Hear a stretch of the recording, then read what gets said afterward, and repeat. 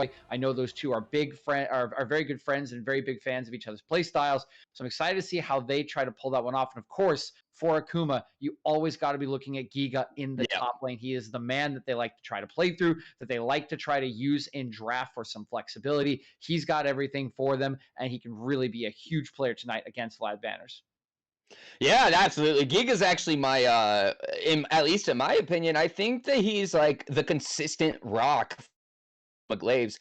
Everybody else, they can kind of have a little bit of flux in their performances. Giga's always going to be that consistent member. If you give him a carry, he's going to have a good performance. If you give him a big tank, he's going to have a good performance. And Dust to Dawn, I think that is who's playing tonight. So Dust to Dawn, he's actually, I think, a newer addition to the Vlad Banners only, if I'm not mistaken. And he hasn't quite proven himself to me to be like a all-star performer this split, and I need to see more out of Dust to Dawn before I'm just looking over at that top side and thinking, I think Giga's going to run over this guy, but we're going to find out as our bans have already concluded. You have the Synagogue, not the Senna, Seraphine's banned away, Rumble and Nico. Meanwhile, over for Akuma Glaives, they're banning out the Caitlyn, the Alistar, and the Zoe. So, yeah, according to Mitraman in chat, he's using his optic scanners, and he's completely correct because Udyr is up. Yeah, but it's not going to be taken. And I think I know the reason for this, which is why I think this is actually very clever by Vlad Banners only. And that is the fact that Budicus in the jungle position for Akuma Glaives, massive Gragas player. Absolutely massive. He's played him a ton this season, a ton last season. This man is cracked on this champion. So Akuma really liked to use this as a flex pick because, of course, Gragas still can be a top laner. The nerfs recently in 11.5 really do hurt him as a support in particular, but he can be played in that role still. So bit of a three-way flex for Akuma that they like to pull out. So they're going to keep that draft flexibility. It does leave the Udyr open, but it looks like Vlad Banners don't play that one either.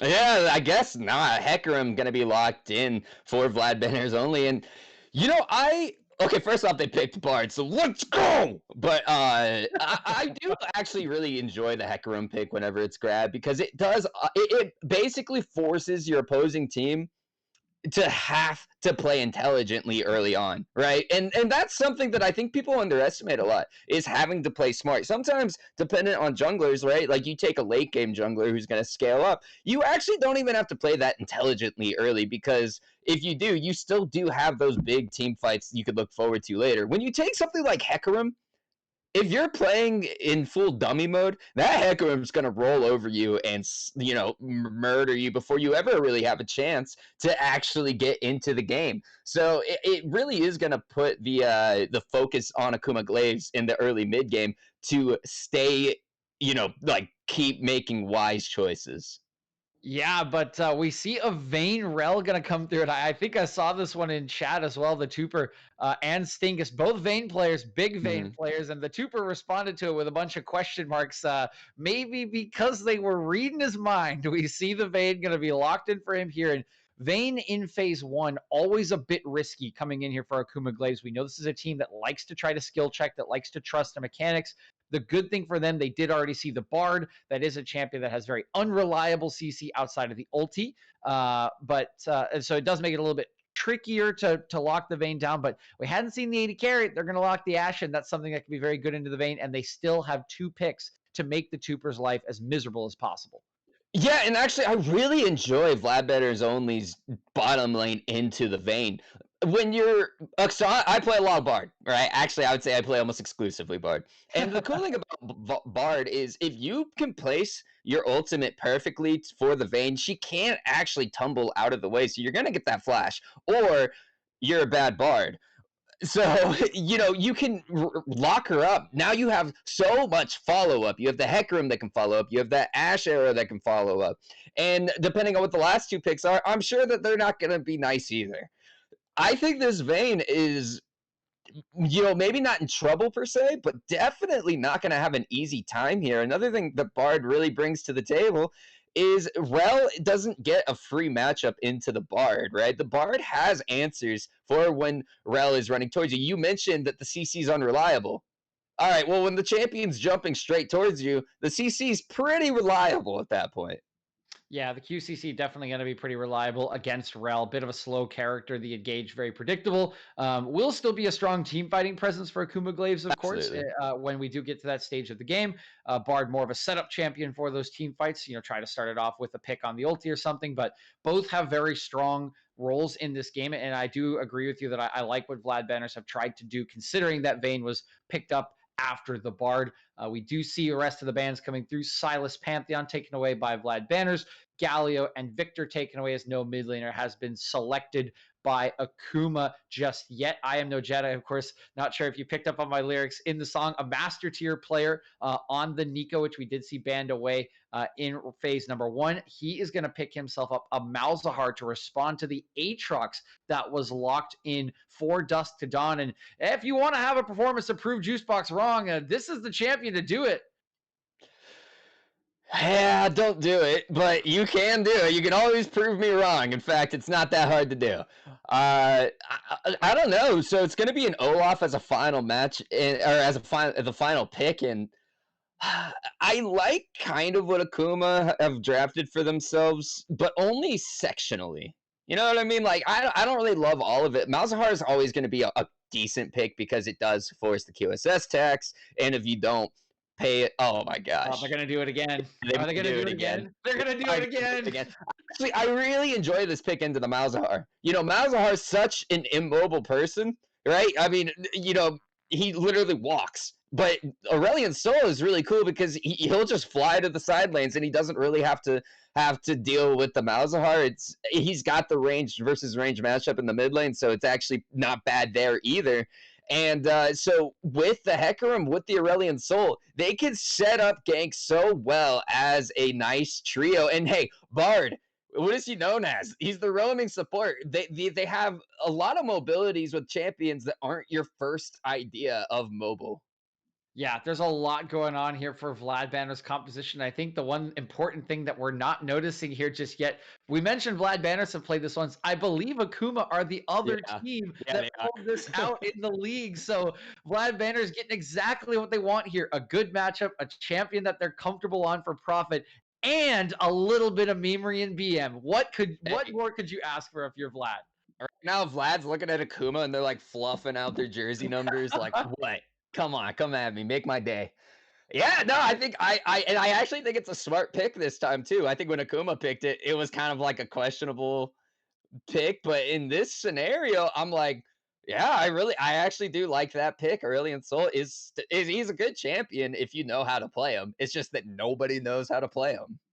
Yeah, it is a bit tricky to navigate, particularly as the game does go on. So we'll have to see how Prophet manages that one. I do Mhm. believe he lost the first time he played it. It was game 1 against Lotus in week 1, but that was ages ago. So we will definitely be seeing a different look this time around. And with that roaming potential from the Bard, from Jimmy's Hecarim, there's a lot to work from there. If we look over at the side of Glaives, you know where the carry is coming from. Olaf in the jungle, Vayne in the bottom lane. The Malzahar does do a lot of damage, but will likely be relegated to a setup champion as the game does go on, and more people get QSSs. And that Gragas will be likely your either tanky engage or a little bit of extra AP damage. But it's going to be all about keeping the Tooper safe and allowing him to play out these team fights the way that he wants. Yeah, no, Tooper kind of does. He has the torch right now, so to speak, and he's gonna be running that all the way to the Olympic fire. Yes, Mouse Dixie can definitely have a big impact on the Olaf. You can solo carry a game, dependent on how your Olaf performance is. But outside of the two of them, you can't really rely on anybody else here to be the big game breaking player. You have to hope that it's one of those two. I think that does give Akuma Glaives a very specific idea as to who they're gonna want to kill in these team fights. Sometimes it's nice to have a big carry in the mid lane when you grab a big carry in the bot lane because yes, the resources are important. You have to get enough resources onto your carries, but the issue is What do you actually? the team doesn't know which one to go for first, and so sometimes they get split, sometimes they all go on one, which leaves the other alone. This scenario, there's really one person that you're going to be trying to kill, and Bard is actually a huge counter to the Olaf because while Olaf is charging in, Bard can ult the entire backline. and stop them from following him up. Then you have an Olaf v5. Olaf doesn't actually win that, contrary to popular belief. Yeah, do want to note here that I do think we just have the banners flipped up there, so don't be fooled. Still do have Akuma Glaives on blue side. Vlad banners is over there on that red side as we run back through the draft. But yeah, as you mentioned, it really one carry in here for the side of Akuma Glaives for Vlad. A little bit more team oriented, but it likely is going to fall to Jimmy to deal a lot of the damage. Ash does dish out the damage, particularly as the game goes on, but is more of a supportive AD carry as a whole. And we have seen Jimmy carry on this Hecarim numerous times already this season. In particular, in the last stream, he was an absolute monster, picking up several kills and was basically just running on the edge of the enemy base, just daring 4 members to try to kill him, and they couldn't do it. So we know how comfortable he is on this Hecarim. We've seen how strong Hecarim is throughout all of pro play all across the world. When he does get a good early start to the game, as you mentioned, playing smart in the early game around Hecarim, not allowing him to stampede through you and start snowballing is critical to keeping that champion down. It really is. And you know what's funny is even past the Hecarims all around the world, you see the Hecarim versus Olaf all around the world. It seems like this specific matchup just keeps coming up, right? You have the Hecarim who's going to deal a little bit more damage in burst form, whereas the Olaf is going to stand there and beat the heck out of you with the axes. But, you know, at the same time, Hecarim, while he does have some sustained damage, that's not really what you think of. He's going to one-shot your AD carry. He's not going to stand there and smack him down like an Olaf will. So it's always really cool to watch how Olaf versus Hecarim, how Jimmy versus Malstixia be navigating this jungle matchup. And the best part, actually, that I like about this is that both of these champions have pretty strong ganks. Hecarim, he's still good at about level 3 is when he can gank pretty efficiently. Level 6 is that big gank buff. Olaf, he does want to get that Ragnarok, especially before going for an Ashe Bard, because he's never going to get on the Ashe Bard if he doesn't have the Ragnarok, but he still has that top lane, he still has the mid lane. I think that, you know, even though I talked about Giga, even though we talked about Tooper, it is going to be Olaf versus Hecarim, Malstixie versus Jimmy that's really going to have the biggest, you know, indication of who's going to come away with this victory. Yeah, we will have to keep our eyes on that jungle matchup to see how it goes. Again, 2 junglers that will rely on a lot of early game tempo to try to get themselves ahead. We've seen both these champions absolutely pop off, even Olaf despite the nerfs. You saw Blabber talking about it this weekend. Ban the Olaf away from him. It can absolutely take over a game. The Hecarim is the same way. So we will have to keep our eyes on those 2 champions, because if they do fall behind, it's going to be really, really rough for them to try to carry. And if you lose that damage from one of these 2 teams, you really only got one other source to get it from, and that could be trouble. Yeah, I mean, you know, it kind of is a little harder for Vlad banners only, because you mentioned that inconsistent CC earlier from the Bard. Well, the damage, only other real damage dealer outside of the Hecarim that we can expect to see here is going to be Aatrox. Yeah, sure, Aurelion Sol, he'll fluff you up, right? He'll give you those little bings, those little dings, but it does take him a while to kill someone, right? He has to sit there and do it. Ashe, sure, 5-item Ashe is gonna melt through you. 3-item Ashe isn't really gonna melt through you. She's not gonna melt through an Olaf or Gragas or a Rel. So I think it's a little harder for VBO, because once they lose that first source of big damage, if they're not one-shotting Tooper, they're not winning these fights easily. Whereas at least for the Glaives, you know, Olaf has a Vayne, one of the heaviest damage dealers in the game, to follow up. Yeah, and the Vayne will be a critical aspect, but we'll have to see if the Tooper can pilot that one against Stingus, who is very familiar with the champion. But I do think we're just about ready for games. So we'll catch you on the backside of our caster break. That'll be all from me and Juicebox. We'll be joined by our friends Necrox and Doctor to take you through this game 1 of this best of 2 series right after this.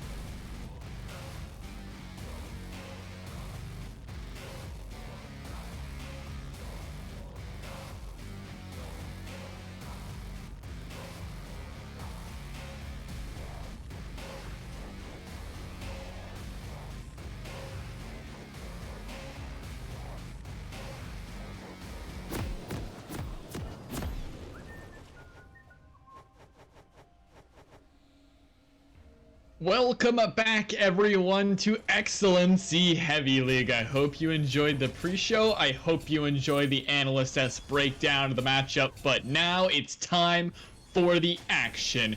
Akuma Glaives taking on Vlad Banners Only. They're online and ready to gear it up. Yeah, this should be an absolute crazy matchup between the two of them. That's Discord, not the actual game. I'm looking at Jake's replay here, and it's not gonna help me out just a little bit here. But so far, pretty standard 5-point start coming out, looking across the board. Pretty normal stuff, you know, cleanse there onto Tuper. We do see the Ghost as well for Malstixi. Pretty standard on Olaf these days. You don't got to go somewhere instantly, you just got to go there quickly. The biggest question mark, and I don't mean this in a bad way, is definitely going to be the Bard. I think it's good into the Rel, specifically Necrox, but I think overall, I don't think the champion's in as strong a position as some other enchanters right now. Yeah, and Bard sort of meets that threshold of an enchanter, but he's so diverse in his playstyle that it's sort of an interesting one to break down. And while you're right probably about the matchup between Rel and Bard, I think because Rel is such a linear champion, there's no real way to get on top of a carry other than either flash or the crash down, or just straight up running at you, that the stun could come through and at least find the slow and make up for that matchup. But yeah, I think Bard is going to have to be a big pick here for Walnut, going to have to show up on the night, or there's going to be a lot of question marks about the draft here from BBO. But I mean, realistically, they're memeing, right? They got the Aurelion Soul, they got the Bard as well, so they're just taking away picks here and saying, you know what? We know you play them, we're gonna play them better. As we're gonna get Bizahar on Summoner's Rift as well, which makes my heart so incredibly happy. I am no Jedi, wielding the power of the honeycombs this game, which is really the best narrative to push in my opinion. Well, you keep that. I'm going to go back to Bard Soul, as we do get a nice little two-piece there. And I think some of the fun part about this draft is that it's two, I'm going to call them semi-globals because of how they move around the map. It's obviously very different considered to a Destiny, or definitely compared to like a Stand United, but they move very quickly. They can traverse walls almost instantly, and they can really quickly turn numbers odd-numbered for your team. So if Walnut can get those roams down and make sure the vision is on target like we were talking about earlier, then that is going to be a huge thing, because then that unlocks Profit as the big roamer, because they'll be able to go into these lanes, take that hard crowd control that the Aurelion Soul has, and really put it to good use and try and snowball some of these other lanes like the Aatrox or the Ashe. And they're gonna have to do that much quicker, excuse me, because Tuper on the Vayne is a scary thing. That could be a problem. Vayne right now is incredibly strong and not exactly hard to execute like she was in the olden days. Yeah, it's one of those inevitable style champions, right? Eventually, the power's going to come through, but the smite will find its mark. But there's no way away, and it's first blood in the blink of an eye to dusk to dawn. And the lights went out awfully quick for this Olaf. No flash means no escape path. 1-0 BBO. Did even use the Ghost trying to escape there as well, but wasn't able to break the tether, gets pulled completely back in. I think they were dead regardless because of just how much damage was coming through on that team. So great first blood. It could make the top lane very difficult for Gigas. We do see an engage in the bottom lane. Nice. Tori, the stun into the wall is even better from Tuper, and that's the problem. If Bard gets engaged on, Walnut simply can't get away. The crash down, the attract and repel, and the condemn all finding their marks, which means Walnut sentenced to death. Even it out 1-1 for Akuma Glaives. Bard's very squishy, and like I said, Vayne's not exactly a late game only champion now. She does have a lot of power and utility in the mid lane. That one was just specifically perfectly timed because all of the crowd control coming in from Toys Rel just perfectly line them up with the wall there, making it a free condemn for the free stun, and bingo, bango, bongo, you're gonna get a kill. And it goes over to the Vayne. So 300 up bonus gold there, has a bit of a CS lead. It's definitely going to be evened out with this next wave, as we do see a huge look at this. Walnut bringing in his jungler. The attract and repel will stun them both, but Tuper is the man that's in trouble, going to be thrown back with the devastating charge in Jimmy. will find his first of the match just over 5 minutes in. Well done from Walnut to use that magical journey, get his jungler into the lane. Tuper no way away, no point in burning the flash, just going to accept his death, and that means BBO are right back on top in a very quick start for both these teams. But here comes Prophet on the road. I will say Jimmy definitely didn't need to take that kill. Wasn't exactly in danger of dying. And I think Stingus could have really loved that as being carried. Oh no, it got smited away. Big Wraith goes over bad to Mastixi. Yeah, that's gotta feel real sad. Mastixi will be happy about getting that big chicken as he sort of forced Prophet out of mid lane there. With just the sheer pressure that an Olaf can provide. But early on to this one, Giga will be able to find his way out of those chains. But this has been an interesting start to the game, right? We saw that Scuttle Crab heavily contested on top side, whereas the bot one was just pretty much ignored. But then Jimmy paths his way down, groups up with Walnut, makes that play in the bot lane, and that sets up a big advantage for Stingus and Walnut, as Super finding an unfortunate death. And look at the priority they've gained from it. Jimmy is in the enemy jungle. Yeah, just going all the way around. This is a scary prospect. It's a tower dive. Look at the dive. The stun is there, and Toy is in too much trouble. One more auto would take him down. But the TP and the ulti from I Am No Jedi will keep them in place. Toy will be the first to fall and the only one to fall in the fight. Health bars went low, but no one else will find the demise. Dust to Dawn now in a little bit of trouble as the explosive cast room back. Giga will be yoinked away by the chains as well, but fighting all across Summoner's Rift. But VBO are to find the only kill in this skirmish. VBO getting extremely lucky with tower priority in a couple different situations there. I mean, once again, we saw Walnut super deep there, was technically within tower range, but didn't have target priority on them. So even though they got condemned into the wall again, they weren't targeted, which means they escaped with barely any HP. Overall, nice little dive there. It could have gone very messy very quickly. They just barely squeaked it out without losing any members. And then top side, we see Giga go for that kind of all-in play, and it was very close. Dust to Dawn, had they taken a tower shot, maybe even two, they would have gone down there. But once again, the target priority for the tower simply not breaking their way. And so VBO, they do escape with everybody healthy. And Walnut, once again, hanging on all this ward. I don't believe they would have seen Jimmy there. And so this could be Dragon for free. No real rotations coming in just yet either. So it's only first strike, not the end of the world. It is going to be that cloud as well. So 10% bonus cooldown reduction on your ultimate. It's great, especially for that team, but there's not game breakingness in that. Yeah, I mean, nothing that's going to alter the true outcome of this game. First Dragon does indeed go the way of VBO, which would feel nice to get those on started up. But at 8.5 minutes, it's a little late to be an early on win condition. So that means the Soul, if it is the name of the game here for Vlad banners, will be delayed just ever so slightly, as Jimmy's doing the best possible job of counter jungling here. Will take away a lot of the camps from Jimmy, and this will put him pretty far ahead. L60 did get a death in the early game, but this will make up for it, though. Has to get away. The Ragnarok forced along with the Ghost. Do they pressure any further? Indeed, Jimmy once more. The Onslaught of Shadow is going to go through. Oh, no. Blast Cone cannot be used to the fullest extent. Finally gets away, but Prophet will slap him with the stars. The Ignite to boot, and that is 1-4 as VBO are starting to run away with this game. Yeah, I was actually going to mention that it was not great that the Onslaught of Shadows happened that way, because it was just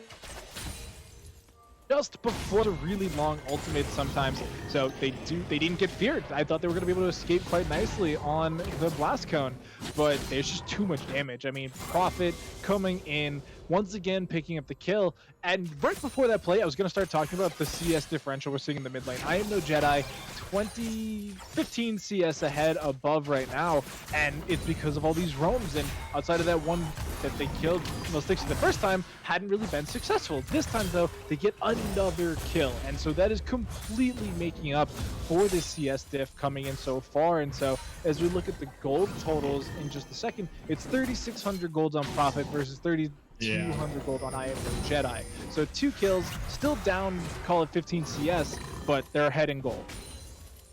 Yeah, and this is what's making this gold lead so successful. That Ash Arrow was awfully close to connecting. Not sure if Dustodon could have done anything with that stun, but regardless, it will sail cleanly on by. But for now, yes, this gold lead is maintained about 2,000 for VBO. Got themselves an early dragon as well. Rift Herald now will be on the board as bot lane is just fine here to watch Toy take the abuse from this range advantage as Jimmy and Dustodon are claiming their second objective, which is Shelly for their prize. Definitely wishing they had the Enchanted Crystal Arrow there. If Stingus had still saved that, 100% a kill onto Toy right there. No flash, only had the W to get away there, so with only about 10% HP, it's simply not enough at that point. But c'est la vie. And so looking back onto the map, it's 2 minutes till the next dragon. Rift Herald has been secured by Jimmy, and so, like you said, it's a 2k gold lead in favor of VBO, but Akuma Glaives, as we've talked about already, have some of the absolute longest games in the league. So I don't think they're too worried about game length right now. They're not that worried about being, you know, so-called behind at this point. They also have Tuper on Vayne, who is a star carry on this team and has done a lot of great work in the past. So Vayne's the pick. Berserker Greaves already picked up. No Quill just yet and is down 20 CS, but it's been a lot of attention down there. So once this lane unlocks a little bit, or if they get a little bit more of assistance from Moustixie, Tuper's going to be able to start regaining some of this lost ground and really working up to it. Yeah, here we go. Walnut has to flash away from the crash down, but what else can they find? The junglers arrive. Now 60's looking for more, but the Tempered Fate will get them away, but it's a stun out of the wall, and Toy denies the escape path from Walnut. Excellently done by the Rel, and that will be a kill going on the way of the Pony. Sad that the gold had to go that direction, but extremely well played knowing the interaction and executing on that one perfectly. Why, Walnut? Why? How many times are you gonna stand next to the wall? I know you need it for the magical journey, but Tuper has it on lock. There is no shot. If you stand near a wall, you're not gonna get stunned. That combination of the bot lane between Tuper and Toy right now is just too ready for it. And that is now your second death in a row. Well, not in a row, technically, but your second death because of this exact interaction. And so Walnut is doing great. Like Flash of Flash was staying alive, got a little greedy, I think, going for the magical portal. I think they very easily could have just walked through the bush at such an angle that they don't get condemned. Sometimes it's funky with that ability where it just sends you off willy-nilly and you don't get stunned. So unfortunate. They do get the assistance though. They do get the ultimate out of Walnut as well. But look at this. They're trying to get, you know, earlier vision on the side of Akuma Glaives so that they don't get, you know, run up on as often, but yeah, they need to be a little bit careful. The flash away from Prophet extremely early in this one, but here come the top laners. Nero finding smart on the No Jedi. The onslaught of shadows finds everyone, and BBO are gonna run over the fight. Tuper trying to kite away against Jiffy, but the Hecarim will slash his way through the squad, and there's no escape for Akuma Glaives as VBO put their foot down in the fight and will siege through mid. I hate you so much. Tempered Fate as well, and Giga, he's golden, has to flash away, but they're not relenting, excuse me, as VBO Prophet is unstoppable. Walnut, bad guy Walnut, man, tanking up the turret for his squad, will pay for his sins. Jimmy, meanwhile, is whacking away on the dragon, but this game for VBO has just gotten ridiculous as they rinse Akuma Glaives. I hate you because every time the Hecarim just works, and I've dogged this champion since week 1, and there's 0% failure out of VBO Jimmy on Hecarim. The champion does so much, fits so well into their playstyle. That time, they did get a lot of assistance from Giga's Cask there, which is a bit unfortunate for Akuma Glaives, but everything just came together in this VBO teamfight composition. They completely overran the backline, again, with a little bit of help, and there was just no way to break them out there. You know, Toy had already been forced away. Vayne is only self-sufficient to a certain point once she gets a couple items. She only had boots at that point, so it's really not that great for Tooper in that kind of situation. And then the damage from the electrocute, Aurelion Soul, plus the ignite, plus everything else, Stingus just having volley and all these bunch of AoEs, it all came together perfectly. They didn't even have to land a lot of their abilities. Dust to Dawn only landed 1 or 2 in total, and they still came out massively ahead in that team fight. Then we also had a bit of a meme there with the Rift Herald, but it still worked. They still got the tower. They're looking for more as well, as Prophet will roam his way down to the bot side only to help shove in this wave and maybe claim the turret eventually. But yeah, it feels like they didn't need to land everything. I Am No Jedi never got the Nether Grasp off. There was never a chance for the Malzahar to be able to turn in that fight, as Giga maybe a little bit of trouble as well. Has the bombies, has that healing cut, but the onslaught of shadows will fear Giga and will put fear in the hearts of Akuma Glaives fans as they watch their top laner fall for the second time. Top laner is just being bullied right now. Giga hasn't had the best of laning phases, is down 20 CS at this point. Dust to Dawn got a very early kill in this game onto Malstixi, and it really kind of became the issue in this lane. Gragas, does go this full tank build. It's not that, AP build that can clear waves very quickly. It's full tank, you slow down quite a bit, and this is a non-mythic item, Aurelion Soul, by the way, in case anybody was wondering. And okay. It has... There's the Magnet Storm, but oh my god, Prophet turns it around and forces a flash out of Toy as well. Dust to Dawn will TP just for the funsies. It didn't matter as Tooper gets annihilated by the Galaxy Wielder himself. VBO, take the Aurelion Soul and slap you upside the head with it. The Aurelion Soul pick is working so well. It's 6-0-3, 14 stacks on a Mejai's Soul Stealer, and just has free gold. It's 1,600 in the pocket right now. Maybe we'll pick up a mythic item. Do they need one? I don't know. Aurelion Soul's not played that much, so it's so crazy to see the champion work so well into this composition, and it does make a lot of sense. There's a lot of low range carries on the side of Akuma Glaives, and combo that, they only have 2 ranged in general. It's just Tooper and just Jedi, the only ones that are not melee form. And having this first item, Rylai's Crystal Scepter, is doing so much damage to Glaives in more ways than one. Yes, you have that electrocute damage and everything else that goes along with that, but the fact that they simply cannot escape from Prophet as well, he's just cashing checks. Like, he is just showing up to lane, collecting them, going back to base and cashing them for his next item, and there's nobody to stop him right now. And speaking of the cash, Tooper, sticking an average of 7.8 CS a minute in the league now, is being thoroughly outclassed by Stingus. This is not what's been the case throughout this season, but Stingus sitting on quite a large CS lead, to be honest. 20 CS of 18 minutes, and plus all that plating, all that turret gold as well, is going to make Stingus one rich boy. As a Rift Herald is summoned here and bot as well. If they do want this tier 2, they should be able to grab it. There you go, Shelly charge, but here comes the TP.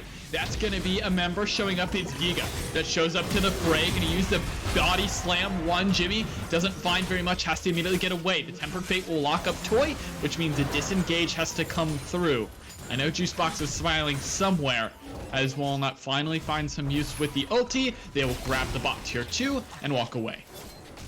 Yeah, so they get the teleport. It does cost Prophet their flash. Overall, they get the tower, so again, gold benefit to the Vlad banners only. They're sitting at about a 8k gold advantage at this point, which it was only about 10 minutes ago we were talking about a 2k advantage. They have ballooned this so massively in their favor that they're now picking up their 3rd dragon. Ocean Soul now an actual threat in the next 5 minutes. It would be roughly a 24.5 minute Dragon Soul, which is not perfect, but it's still pretty early, especially when it's something like the Ocean Soul on a team that has Hecarim, Ashe, Aurelion Soul. That is insane. There's nobody gonna die at that point. Ashe now picking up her 2nd item, and look at the mythic Prophet opted into. It is going to be that Shirelli's battle song. Oh man. Delta just screaming at people with movement speed and bringing Jimmy along with them.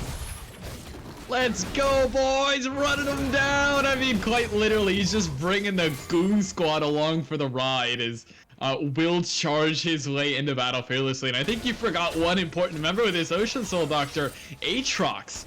Doesn't have the Gore Drinker, to be fair, as it did get nerfed, so Stridebreaker is the move here for Dusk to Dawn. But regardless, all the healing built into the kit of this Aatrox plus the Ocean Soul. I mean, everyone on this team is such a scary threat, and any team realistically becomes that much harder to kill. And then having to invest in all that Grievous Wounds, you can see it in the inventory of Jedi and Giga, but that's it, right? Tufer is going to at some point have to pick up Xyz if they do want to make that play against the Ocean Soul. But I don't think if Akuma Glaives, if you're talking in comms right now, there's ever a world when you want to give up that soul and still look to win game number 1.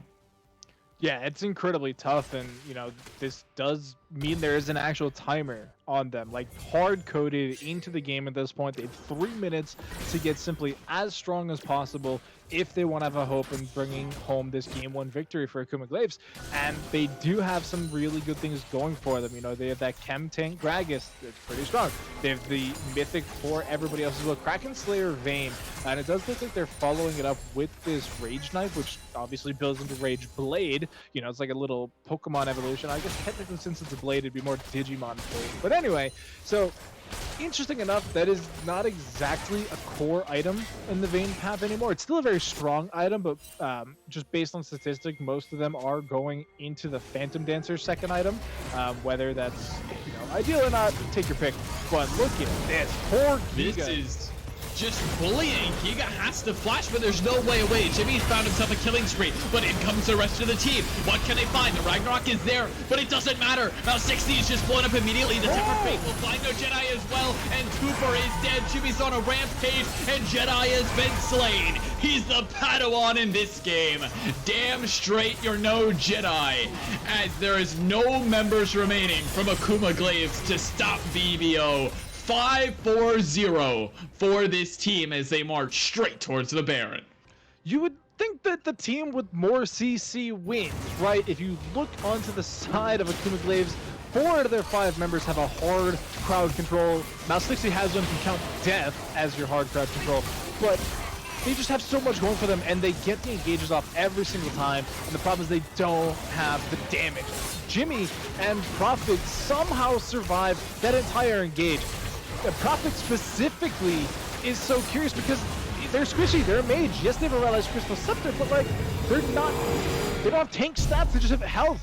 And because they stay alive, because they're applying the slow from the Realized Crystal Scepter, plus all of these stacks from the Medjais, which it's now capped, by the way, they've now collected 25 souls. The damage is just so grotesque, and you get the long-range crowd control of that Enchanted Crystal Arrow. Technically, Walnut did land the ultimate as well onto somebody and just delayed their death a little bit longer, but just everything coming together for VBO so far. It is a team fight composition, and Akuma Glaives, they have 45 seconds to fight for this Ocean Soul. And the team fight is abysmal for Akuma Glaives there as they lose Baron. They lose all priority over this next dragon. Indeed, Doctor. I mean, this is probably outside of Elder the most important objective you could pick up in the game. Ocean Soul is just that strong as the frantic scramble towards this dragon begins. But with the gold lead that VBO have as Toy is just dead. Is just dead. Blink and you miss it. That is your frontliner dying before I even could comprehend what hit him. And now VBO are sieging in a 4v5 with Baron. This is nightmare doomsday scenarios as VBO are holding their crown high. Delete Bard. Any primers in the chat? Delete Bard. That stun was so far away. Why is that connecting? I'll never know. But it did. They killed Toy. They break open the base and take the first inhibitor. And they're just going to calmly walk down and take the dragon. They're going to get that Ocean Soul. They're going to become nigh unkillable. Let's take a look at their piggy banks right now. Obviously, Profit just collecting it. 1,600 gold in the bank, way more than anybody in his team. Next one down is Stingus at 1,200. So just so much gold waiting to be spent at this point. They secure, like I said, the Ocean Soul, and they might just kill Toy again. Heck it. There's the one, but the Ragnarok is going to deny the Enchanted Crusader. In goes Jimmy, and Toy's in a lot of trouble. He's dead. He's reduced to atoms, as so does everyone else. Just a Dawn will fall. That's a nice shutdown, but at what cost? You lose everything. It's 5 members off the board, and it's a triple kill for Profit. As you can see, Mouse Stixie wants no more. He's left the game. He's out of the action. Spam your mastery, boys. Spam your emotes. VBO, remind everyone watching who the real kings are as they annihilate the second place team in Akuma Glaives. That's a 26-minute victory. That is super quick as well. On top of that, they got the Ocean Soul in 26 minutes. They got every dragon. They got almost every objective. Technically, they literally got every objective. They didn't drop a tower. They didn't drop a dragon or a herald. They took everything from the Glaives. No remorse, no hesitation. They just threw them into the ground. That was domination at its finest, and from a defending champion like VBO, who's looking to prove to everyone that they are number one still, and still the remaining kings, that is what you expect to see. I mean, I couldn't ask for much more from this team. Stingus absolutely dominating on the Ashe. Yes, you don't get a kill, but when you're 0-0-14 with that much gold, 2k ahead of your enemy 80 carry without a single kill, you can just look at the laners above. Dust to Dawn, 4k gold ahead. VBO Profit, more than that. I mean, everyone here was just absolutely pitch perfect. The only deaths in the game being Walnut and the final one for Dusk at the end of the game, but it really didn't matter as VBO were just playing with their food.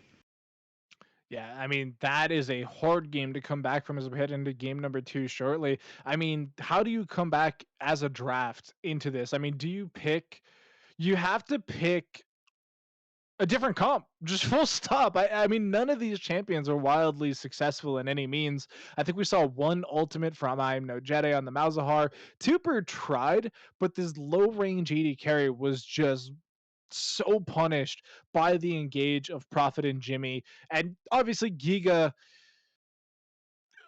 was very helpful to the Vlad banners only in this victory. So I think you may want to redo that situation. Yeah, and I got 2 guys who know exactly the win conditions here for either of these teams. We're going to throw it right on over to our analyst desk. They can break it down and what VBO needs to do to keep this train rolling, or Akuma Glaives to turn things around.